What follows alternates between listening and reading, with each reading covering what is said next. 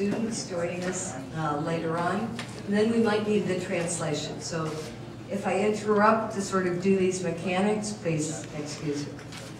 I'm Carmen Diana-Dier from the Center for Latin American Studies, and I'm very pleased to welcome you to today's symposium on food sovereignty, a dialogue on an alternative future.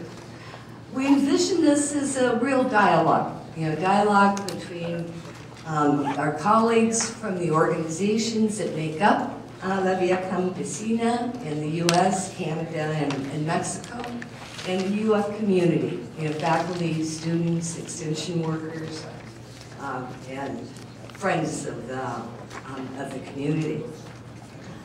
We're delighted that we've been able to get such support on campus for this event.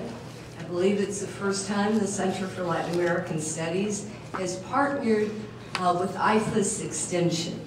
IFAS is UF's Institute for Food and Agricultural Sciences. And it's the main research, extension, and service institute of the state of Florida for the agricultural sector. And the Extension Service is the specific group that engages with farmers and rural workers in the state of Florida. So we're very glad to have the support. We have some of the faculty that are part of IFAS Extension, and we hope to be getting some of the extension agents participating during the day to meet with our Via Campesina guests. Other sponsors include the IFAS International Programs, which projects the research and extension activities internationally. You'll be hearing more about that this morning. The UF International Center, which coordinates international activities across the university. And then the Program for Immigration, Religion, and Social Change, which is based at the Center for Latin American Studies. The format today is that we'll have two presentations of roughly 20 minutes each by representatives of La Via Campesina, and then discussants for 10 to 15 minutes, depending if there are one or two. There's a few problems today, so not everyone on the program will be here due to the weather and the flu and complications. Okay, to repeat, if you're going to need translation from Spanish to English, please sit on this far side of the room. Okay, our first speaker is Dina Hoff, who's Vice President of the National Family Farms Coalition, which is made up of 26 groups from around the U.S. She also serves as co-chair of the North American region of Via Campesina, the group that we're hosting today that includes organizations from Canada, the U.S., and Mexico. In addition, she also serves on Via Campesina's International Coordinating Committee, which is what brings together the representatives from all these regional organizations worldwide. Her home base is Montana, where she's a member of the Northern Plains Resource Council. And she herself is a farmer, raising sheep, cattle, alfalfa, corn, and beans, when price and weather permit, she tells me, in Montana. So Dana, we're pleased to have you with us.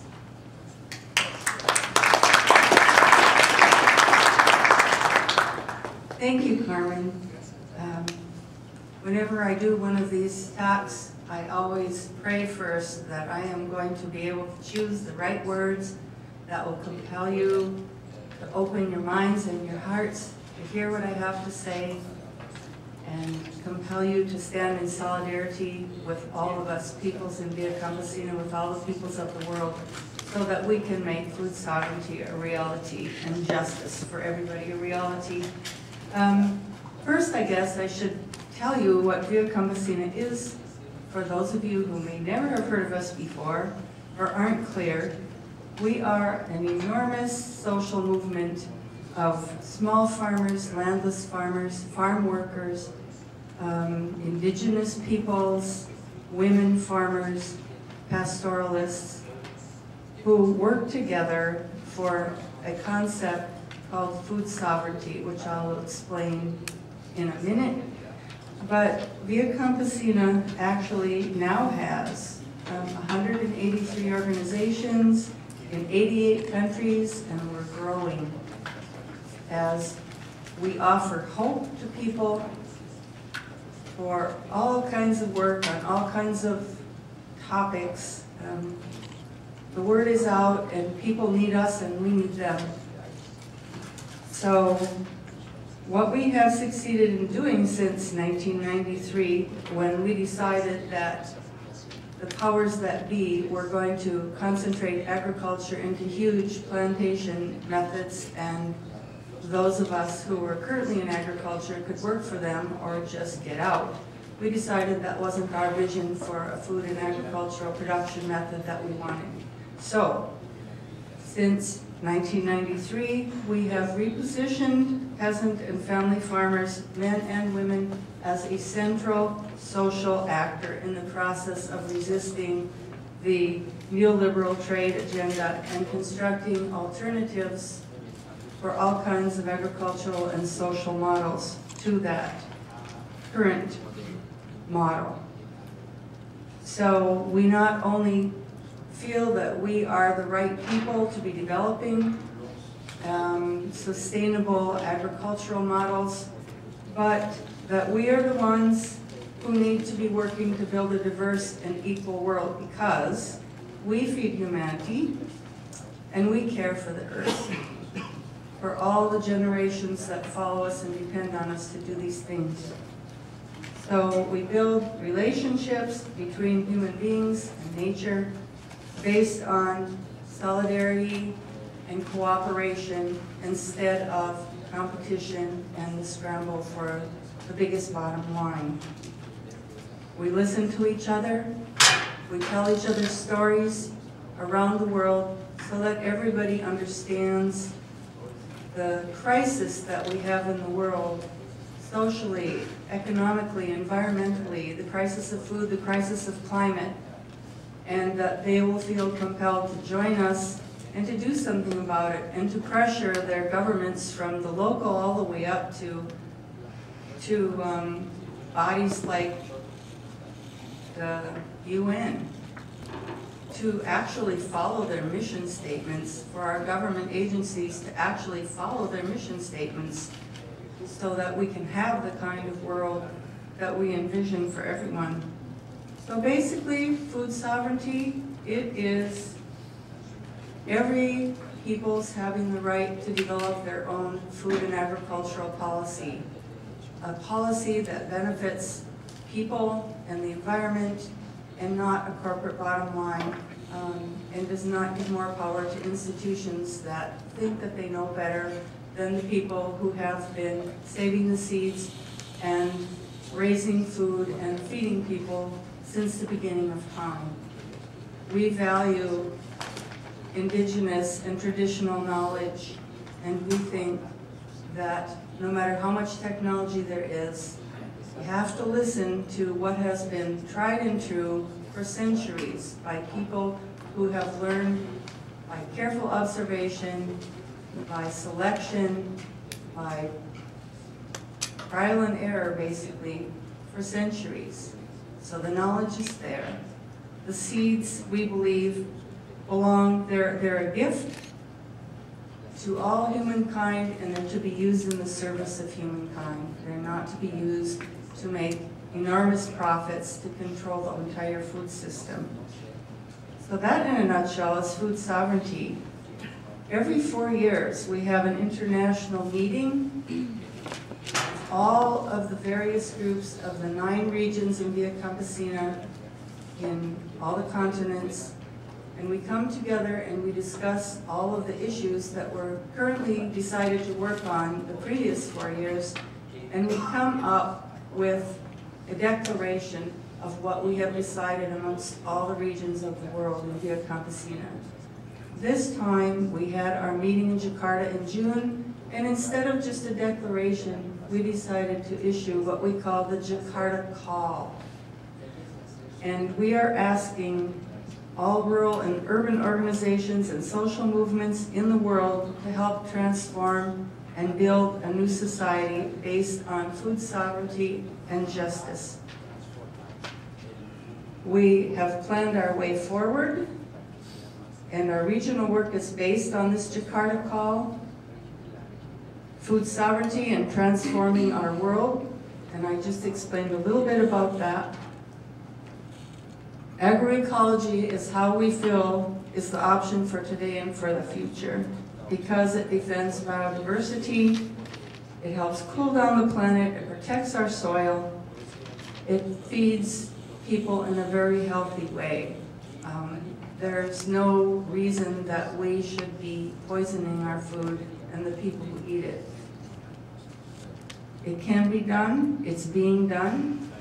We have currently in Via Campesina over 40 agroecology colleges, and there are more being instituted, one in India, one in Quebec, one in Colombia, and there are others. So, in addition to fighting injustice, we do analysis, we organize, we educate, we create places where people can learn. We're very interested in calling people to social and climate justice, and you are going to hear more about that this afternoon from Alberto. Another part of our call is for a world without violence and discrimination against women. And Liliana will be speaking about that this afternoon, about our international campaign against violence against women, which is taken up in Mozambique at our 5th international conference by the men and women of Via Campesina, who know that unless there is equality in all levels, from the home to international decision-making, nothing much is going to change. And we've had centuries to figure out that that's true. Peace and demilitarization is a very big issue for us. We have new members in the Middle East and Palestine. We grieve for all of the peasants and the activists that have been murdered in defense of what we believe in. We want it to stop.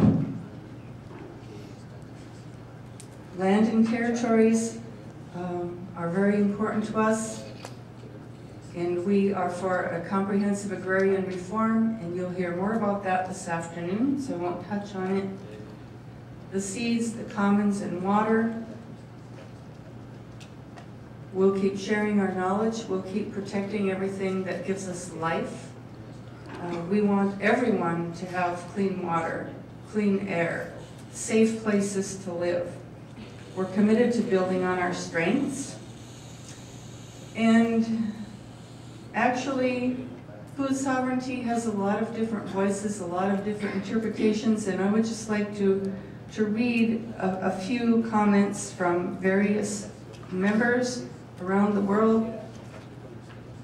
This from a dairy farmer in Wisconsin, who has since been put out of business because of poor milk prices and poor milk policy. Food sovereignty is about fair trade, international security, energy independence, and all that, but it really starts with you, where you buy your food, how you take care of your neighbors. It's that simple. From a woman in Palestine, to have your independent voice and your independent thinking, you have to have food sovereignty, and that starts with control over your own seeds. From a black farmer in Mississippi, I've been able to make a good living as a farmer for 37 years, but the corporate control of inputs, seeds, fertilizer, and labor, and prices has made it more and more difficult to do that. From an indigenous member who lives in Oklahoma, we know that in our traditional way of life, We were healthy people, spiritually, mentally, emotionally, and physically. Much of the traditional ways are about maintaining a healthy balance within ourselves, our relationships, our families, our communities, and our lands. Finally, from a farmer in Iowa. A sign in Iowa reads, "Iowa farmers feed the world." It really means Iowa farmers feed corporate pigs. We need solutions that do not give corporations control over our food, seeds, and health. The whole fabric of rural life here and around the world is at stake. And that is the message that we have for you today. The whole world is at stake.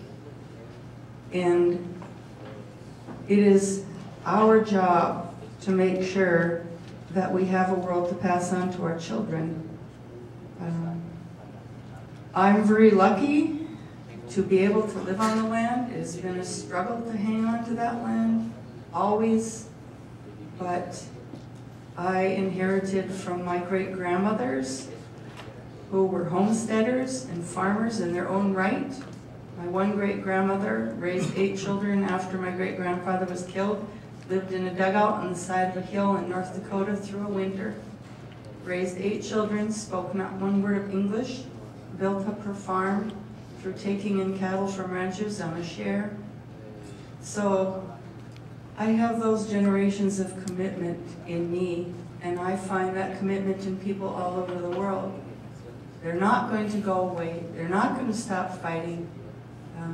Can use all sorts of policy initiatives and all sorts of illegal means to stop us, to take away our land, but we're not going to stop fighting for what we know is right. And with no apology to the Florida Chamber of Commerce, I do not ever intend to bring my grandchildren to Disney World, but I would rather take my 5-year-old Ariana down to the river to fish because she always catches the biggest and the most catfish for the family fish fries with her little Barbie pole. And take my 12-year-old granddaughter, Sophie, out to the orchard to pick the apples from the tree I planted for her when she was born and come in and make applesauce and apple pies. And take my little Xander out, who is 3, to plant his own garden because he loves to run through the garden and pick and eat the things that he planted with his own tiny little hands. And I just don't want that for my grandchildren and their children. I want that for everybody's children and grandchildren for generations and generations to come. And Via Campesina is the way to do this.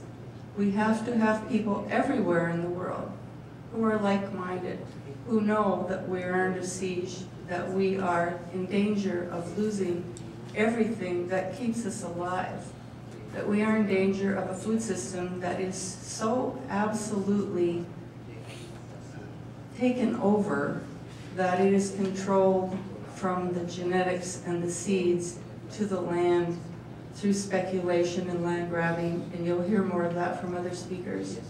So I just wanted to give you an overview, but we must all work together. We must tell each other stories. We have to listen, and most of all, we have to act. You can't walk away from this day and not do something, whether it is to plant your own garden, whether it is to look up the voting record of your own politicians and see what do they support for agricultural policy. Do they walk the walk? Do they support policies that they said they would when they were campaigning to get your vote? Are they doing what they told you they were going to do? Let's hold people accountable. Let's hold individuals accountable. Let's all be accountable in ourselves with our choices in what we eat and what we buy or don't buy, and how we treat our neighbors, and how we feed ourselves and our families, and how we care for our mother, the earth. Let's hold corporations accountable. That's a really new way of looking at things, and some people say it can't be done, but when people think that things are impossible, as my grandfather used to say, if it's difficult, we'll do it immediately. If it's impossible, it'll take a little bit longer. And with that kind of determination, and with all of you, and everybody you go home and talk to today, and everybody they talk to today, and making conscious choices about the way you eat, and the way you live, and the way you vote, we can make a difference. So, as we like to say in Via Campesina, let's globalize the hope and globalize the struggle. Everybody? Globalize the hope. Globalize struggle. Thank you.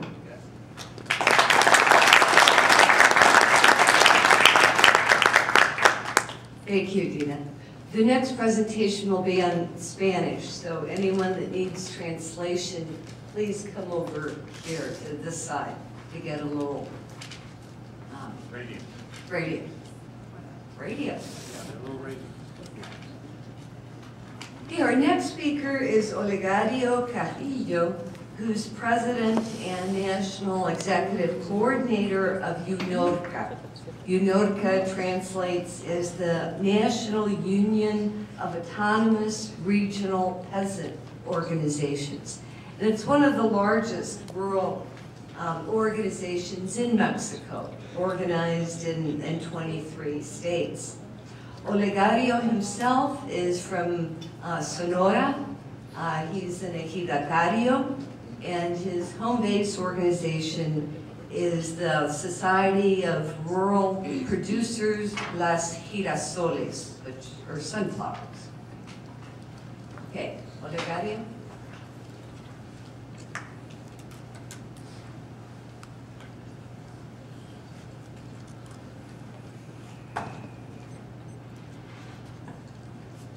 Buenos días. Quiero agradecer el espacio que nos están brindando. Para nosotros es importante este diálogo con la comunidad universitaria, estudiantes y profesores que hoy tenemos el agrado de saludarlos e intercambiar algunos puntos de vista en relación a la actividad que desarrollamos como pequeños productores mexicanos. Yo provengo de una familia campesina. Mi formación ha sido en el medio rural. Producimos maíz, trigo, legumbres y hortalizas. Tenemos toda una vida trabajando en la producción de alimentos. Tenemos 29 años promoviendo e impulsando la organización campesina e indígena y sobre todo luchando por la preservación de la agricultura campesina. Somos integrantes de una organización que nos preocupamos por la conservación del medio ambiente, por la producción de alimentos sanos, porque en este país y en el mundo entero se pueda mantener un equilibrio ecológico sin alterar la vida natural. Por eso, cuando hablamos de soberanía alimentaria, para nosotros representa un todo. No es un concepto simplista, ni tampoco algo que queramos anteponer para justificar cualquier otro tipo de iniciativa que conlleve a algo que pueda perjudicar. Para nosotros, hablar de soberanía alimentaria es hablar de seguridad en términos alimentarios para un pueblo, para un país y para el mundo entero. Pero aquí va implícito lo que tiene que ver con el modelo de desarrollo integral que perseguimos. Una soberanía alimentaria que tenga que construirse sobre la base de políticas públicas que le den apertura al acceso al crédito, principalmente para los pequeños productores, ejidatarios y comuneros. Una soberanía alimentaria que luche, se esfuerce y logre darle autosuficiencia alimentaria al pueblo. Una soberanía alimentaria que nos permita producir los alimentos que demandamos o necesitamos para nuestras familias, para nuestros pueblos. Y aquí va implícita la visión por la urgencia que ya se tiene con respecto a la producción de alimentos sanos. Alimentos que vayan apartados de la composición química. Una agricultura sustentable, una agricultura alimentada por elementos orgánicos. De ahí que en la UNORC, en la Unión Nacional de Organizaciones Regionales Campesinas, UNORC, nos hemos propuesto en estos 29 años que tenemos de existencia, de producir nuestros propios fertilizantes basados precisamente de los conocimientos ancestrales que hemos venido conservando por muchos años. Y esto ya lo tenemos en funcionamiento, quizás no a gran escala. La preocupación de nuestra organización por producir la composta, por producir fertilizantes sólidos orgánicos, el humus líquido y el humus sólido a través de la secreción y orina de la lombriz californiana. Esos proyectos en nuestra organización se están instalando y se están propagando en todas las regiones donde tenemos presencia y trabajo como UNORCA con nuestros compañeros y compañeras. Y lo queremos comentar con ustedes porque quizás para algunos pudieran ser avances, para otros pudieran ser avances a favor de la humanidad, para otros pudieran ser cuestiones sin importancia.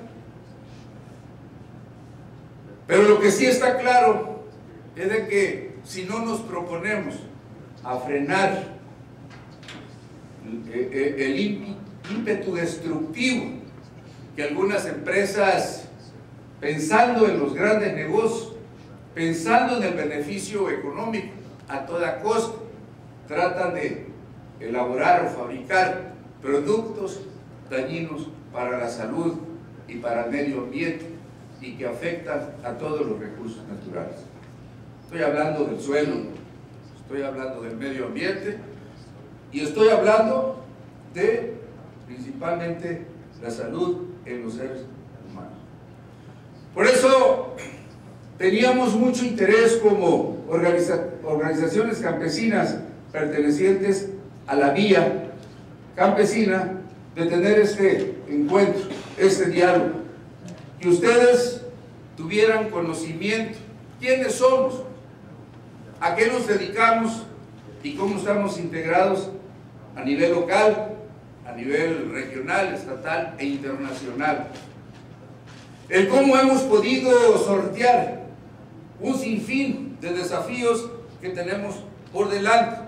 Y algo importante que nuestra organización anteponemos es un tema que en los últimos 3 años hemos venido impulsando el tema de la alimentación.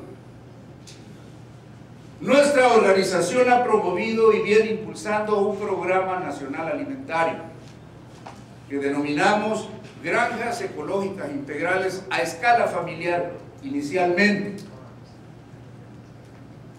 y que sobre la marcha y de manera gradual vamos a ir ampliando. Arrancamos con 1/4 de hectárea, 2.500 metros cuadrados, donde la familia tenga la oportunidad de producir los alimentos que necesita consumir. Esto es también soberanía alimentaria. Esto es libertad para producir los alimentos que nosotros decidimos comer. Producir el huevo, producir la carne de cerdo, producir la carne de res, borrego y cabras, producir la milpa, producir la legumbre y la hortaliza, elaborar el fertilizante orgánico a través de los desechos mismos que surgirán de la actividad que está trazada de llevar a cabo. Y este es un programa que le hemos propuesto incluso al gobierno mexicano, a las instituciones y dependencias. Si se trata de abatir la pobreza alimentaria, si se trata de resolver toda esa deficiencia que en la actualidad se está presentando como un flagelo de mucho riesgo y peligro, la UNORCA tiene propuesta. La UNORCA tiene propuesta para el campo. Además, la UNORCA no tiene en lo absoluto ningún recato en señalar lo que al país no le está favoreciendo en términos macros. Por eso quiero expresarles que como organización nosotros no pertenecemos a ningún partido político. Como organización tenemos la libertad de poder proponerle al Poder Legislativo, al Poder Ejecutivo, lo que consideramos que puede ser benéfico para el país. El problema desde mi punto de vista es de que quienes gobiernan a veces las naciones o los países no lo hacen pensando en esa mayoría que en su momento los llevó al poder de representarnos. Lo hacen pensando en el grupo minoritario de poder económico que lo instalan para que les administren sus negocios. Nosotros no compartimos la visión del gobierno con respecto a la forma como se confabula con los intereses de las grandes transnacionales. No estamos de acuerdo con esa política. De ahí que nuestra propuesta ha sido, primero, ordenar la casa, primero resolver los problemas domésticos, primero resolverle a la gente las grandes demandas y necesidades que tiene de todo tipo, y después ver qué se puede concretar o hacer con el exterior. Y no al revés, primero asegurarlo de fuera y al último dejar los intereses de nosotros los mexicanos. Así nos hemos sentido y así nos han venido tratando. Por eso luchamos por tener políticas públicas que respondan a nuestros intereses. Por eso proponemos que en nuestro país podamos producir lo que realmente estamos demandando. Decíamos ayer en una plática relámpago que tuvimos en la tarde con la comunidad de este pueblo, de esta ciudad, es inconcebible que en México tengamos una dependencia de un poco más del 50% de los productos alimentarios que necesitamos. Es incongruente que tengamos que traer maíz para complementar la dieta de los humanos, de la industria y de los animales en nuestro país. Estamos importando más de 10 millones de toneladas. Por eso el honor que decimos, nuestra propuesta hacia el gobierno que nos representa es un campo de los mexicanos, un campo que resuelva y podamos lograr la autosuficiencia, un campo que respete las semillas, principalmente nativas y criollas, no las semillas que se fabrican en laboratorios, que se fabrican en el exterior para ir a sembrarlas en campos o terrenos de nuestro país. Y esa ha sido la lucha que hemos estado librando de manera intensa en la última década. Finalmente, yo quisiera hacer algunos comentarios breves en relación al Tratado de Libre Comercio con Norteamérica, Canadá y Estados Unidos. Yo recuerdo, pues todavía estábamos más jóvenes, todavía quizás entendíamos o comprendíamos menos como campesinos lo que esto en ese momento representaba para nuestro país. Yo recuerdo que en aquel entonces había un presidente de la República llamado Salinas de Gortari, que nos hizo un llamado a los pequeños productores, a los ejidatarios y a los comuneros, a los líderes y dirigentes de algunas organizaciones, para que respaldáramos y apoyáramos la firma de ese Tratado de Libre Comercio con Canadá y Estados Unidos. Y eso va a acabar con la pobreza, nos dijeron. Eso va a detonar al campo mexicano. Eso va a permitir que en México no haya pobreza alimentaria. Pero qué pena, qué lamentable que haya sucedido lo anterior, lo contrario. No teníamos una dependencia alimentaria a finales del 93 que rebasara el 1.000.000 de toneladas que se importaban como alimento. Andábamos por el orden de los 223.000 toneladas en términos generales. Y ahorita simplemente de maíz, decía hace unos momentos, estamos importando más de 10 millones de toneladas. Traemos una dependencia exterior, estamos importando casi un 35% del frijol que requerimos como alimento en nuestro país. Estamos importando más del 50% del trigo, tanto harinero como pastero, y estamos importando más del 90% del sol. Entonces, ¿en dónde están esas bondades del Tratado de Libre Comercio? ¿En dónde está esa protección que se decía y desarrollo que íbamos a tener cuando en su momento se incrementó la migración? En promedio, más de 600.000 gentes de manera anual emigraban hacia las grandes ciudades de nuestro país, como también hacia otros países, Estados Unidos y Canadá. Se incrementó la emigración, se incrementó el desempleo en el campo.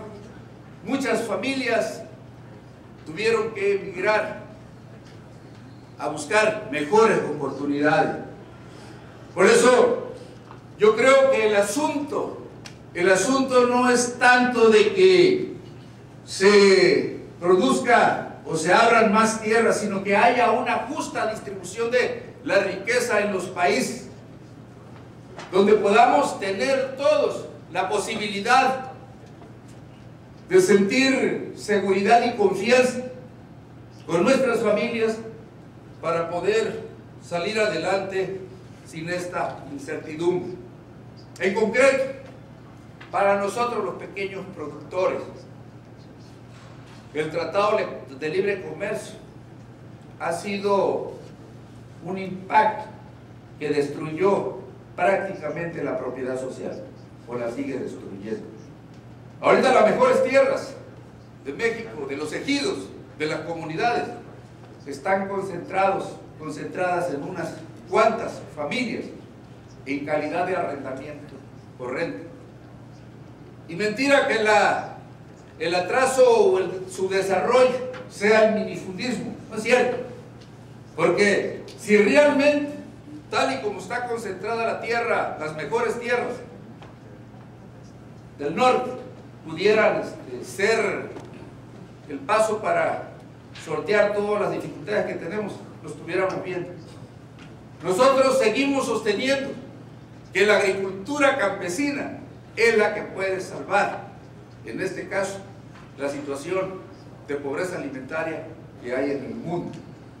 Y no solo eso, nosotros confiamos y estamos seguros que la agricultura campesina puede influir también con respecto a lo del calentamiento global, al cambio climático.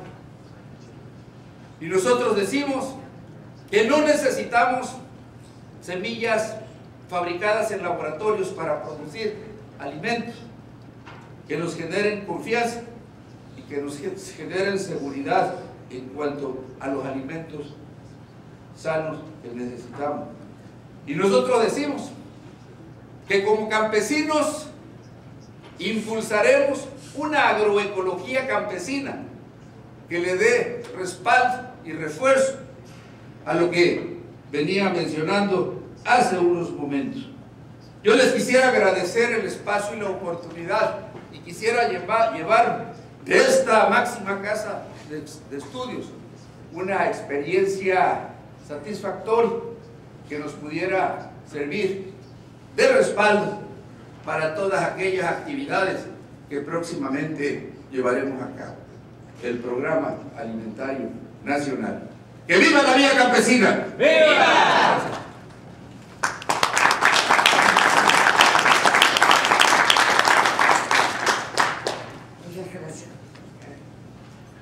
For those that have just come in, if you need translation, please come to this far side of the room. We were scheduled to have 2 discussants, and unfortunately Rose Koenig has a bad case of that flu, so she won't be joining us. We do have Walter Bowen with us, who's Director of International Programs in our Institute of Food and Agricultural Sciences.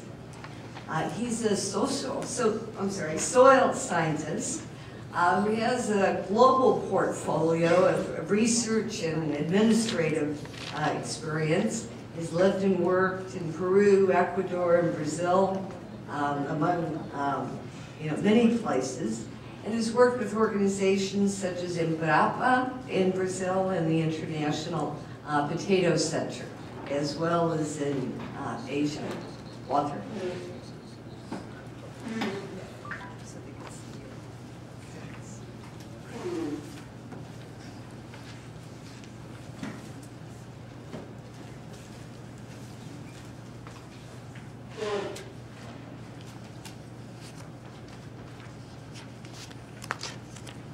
Viva la vida de la campesina.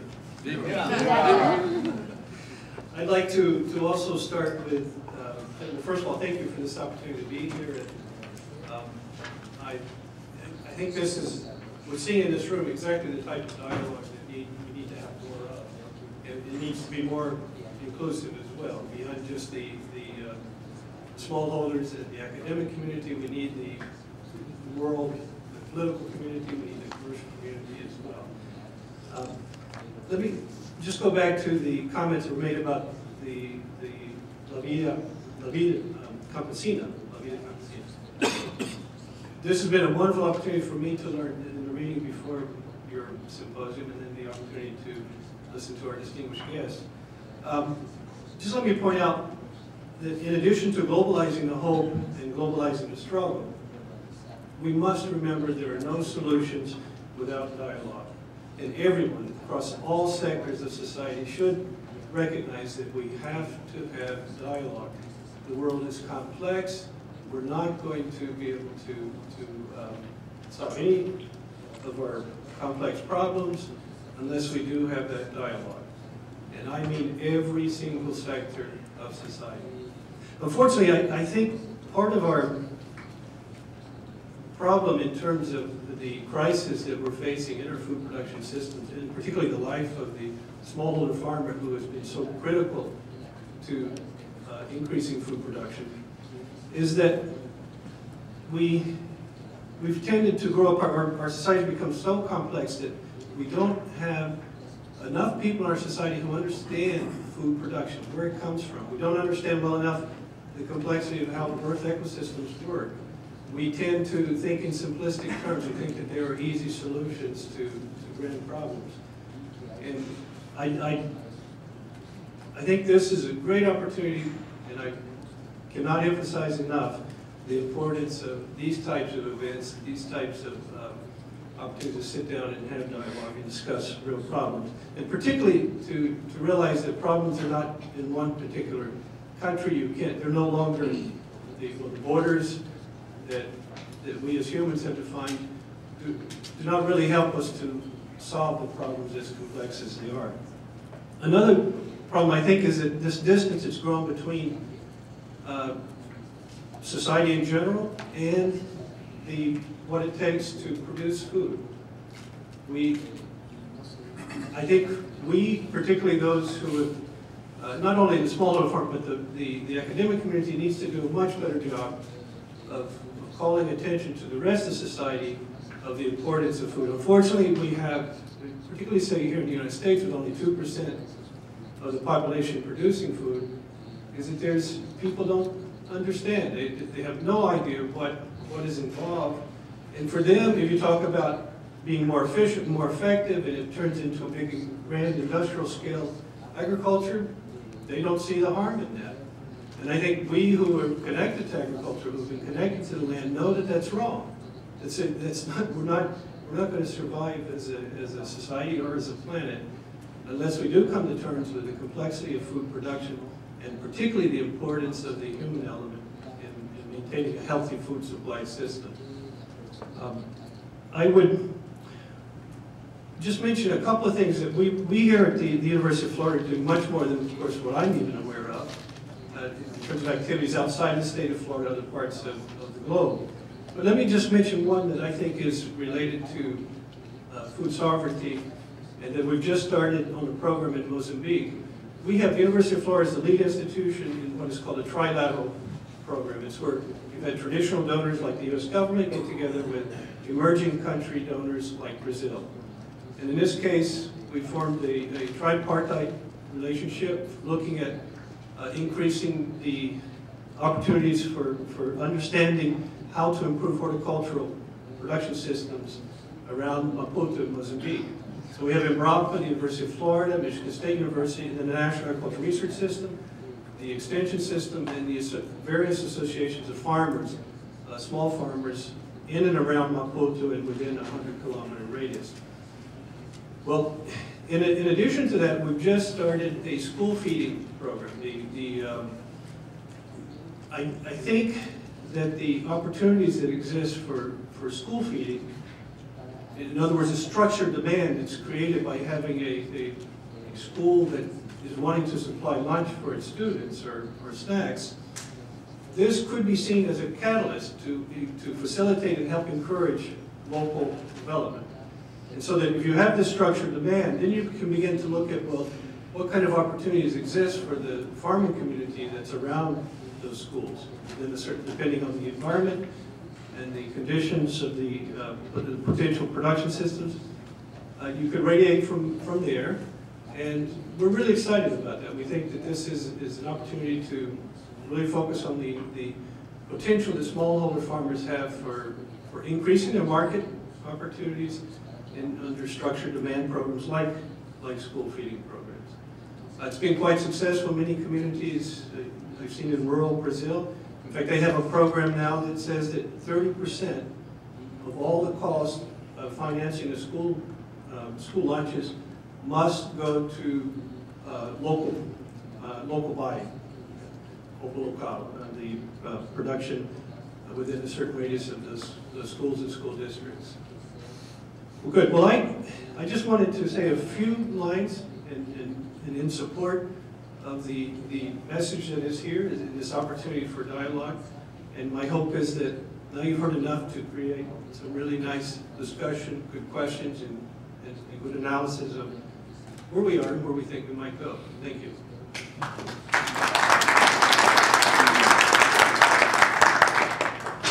Very good. We've got about half an hour for discussion. I'd like to very quickly introduce the rest of the Via Campesina delegation. It's 16 strong between members and support staff. So maybe if you all could just stand up so everyone else can see who you are. Sí. Todos de pie para que...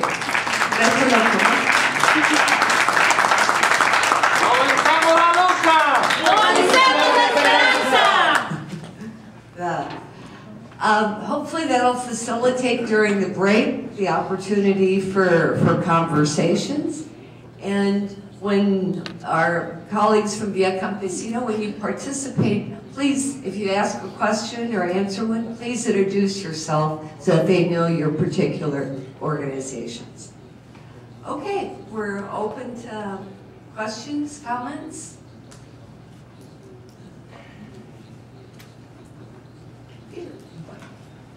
I'm Peter Rossett, part of the Via Campesina delegation. I just wanted to expand a tiny bit on what Dr. Bowen said about Brazil.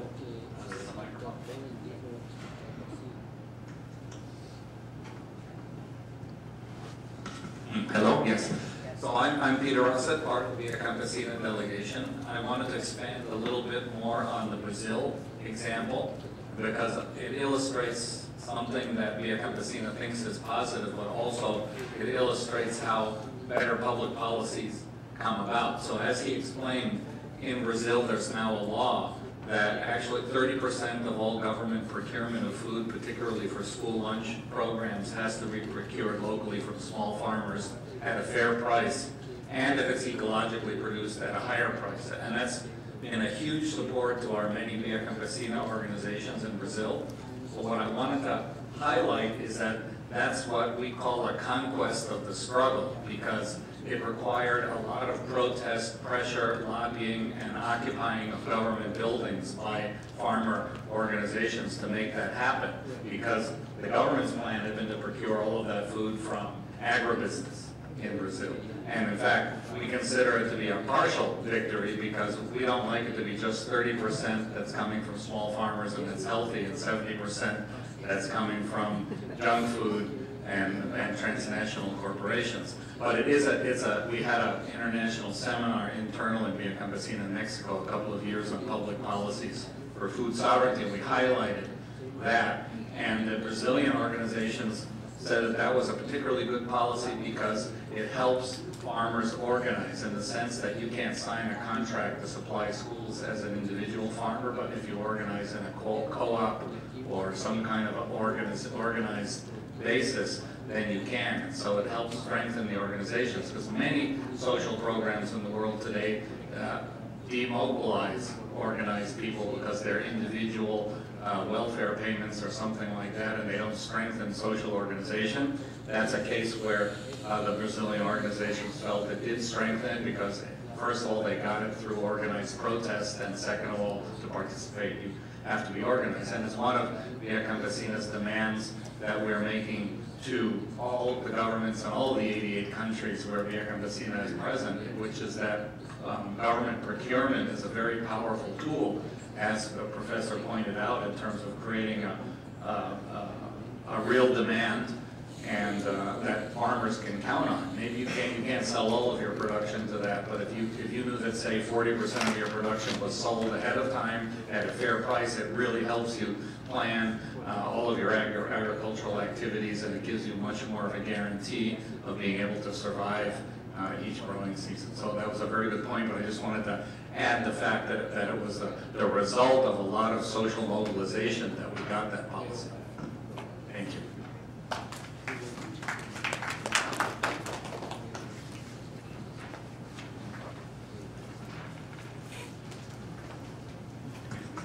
Yeah, I wanted to ask Don Araucario if he's described the situation in Mexico as a result of NAFTA, and we have now a Central America Free Trade Agreement, and I know that there are organizations of Via Campesina affiliates in Nicaragua, where I work, and other countries in Central America. I'm wondering if Via Campesina has seen differences in the CAFTA experience, or do they anticipate that exactly the same kind of structural changes are going to happen in Central America as happened in agriculture in Mexico?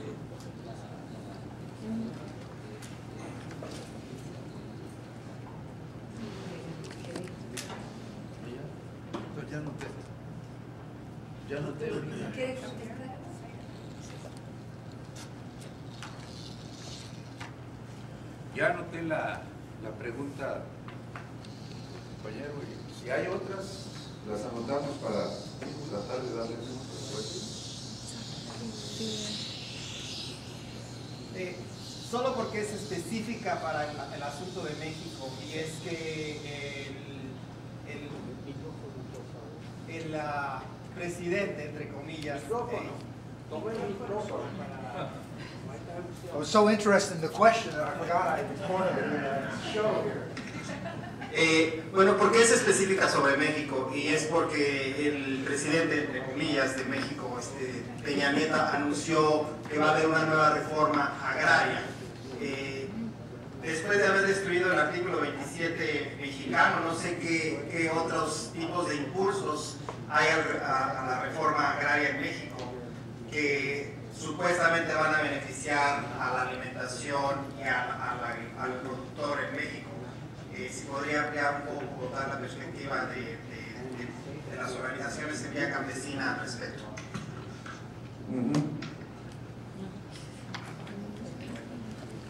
Bien, en relación a lo del Tratado de Libre Comercio con Norteamérica que nuestro país suscribió con Canadá, con los gobiernos de Canadá y Estados Unidos, yo expresaba hace unos momentos que en 1994 nos lo ofrecían como una panacea, nos lo ofrecían como si fuera la solución a todos los males, principalmente refiriéndome al capítulo agropecuario de la solución del campo mexicano, que íbamos, incluso se decía en aquel entonces, al encuentro del primer mundo, que íbamos a estar como productores mexicanos pequeños al nivel de los productores de Canadá y Estados Unidos. Pero ya desde ese momento nosotros veíamos las grandes diferencias, principalmente tecnológicas. Era imposible poder comparar el subdesarrollo con un desarrollo de más de 50 años en el apartado tecnológico. Era imposible poder encarar a dos gobiernos donde prácticamente lo que se visualizaba era una imposición del propio contenido de ese tratado, en lo comercial, en el traslado de los diversos productos, en el intercambio. Y si revisamos con detenimiento, prácticamente se incumplió en muchos apartados ya con el tratado en vigor. Recordaremos la liberación de los aranceles en relación al maíz. O sea, una vez cumplidos 15 años, a México entraba maíz de Estados Unidos como Pedro y Juan a su casa sin pagar el impuesto correspondiente. Y con todo el respeto les digo, no era maíz de calidad el que estaba exportándose de acá a México.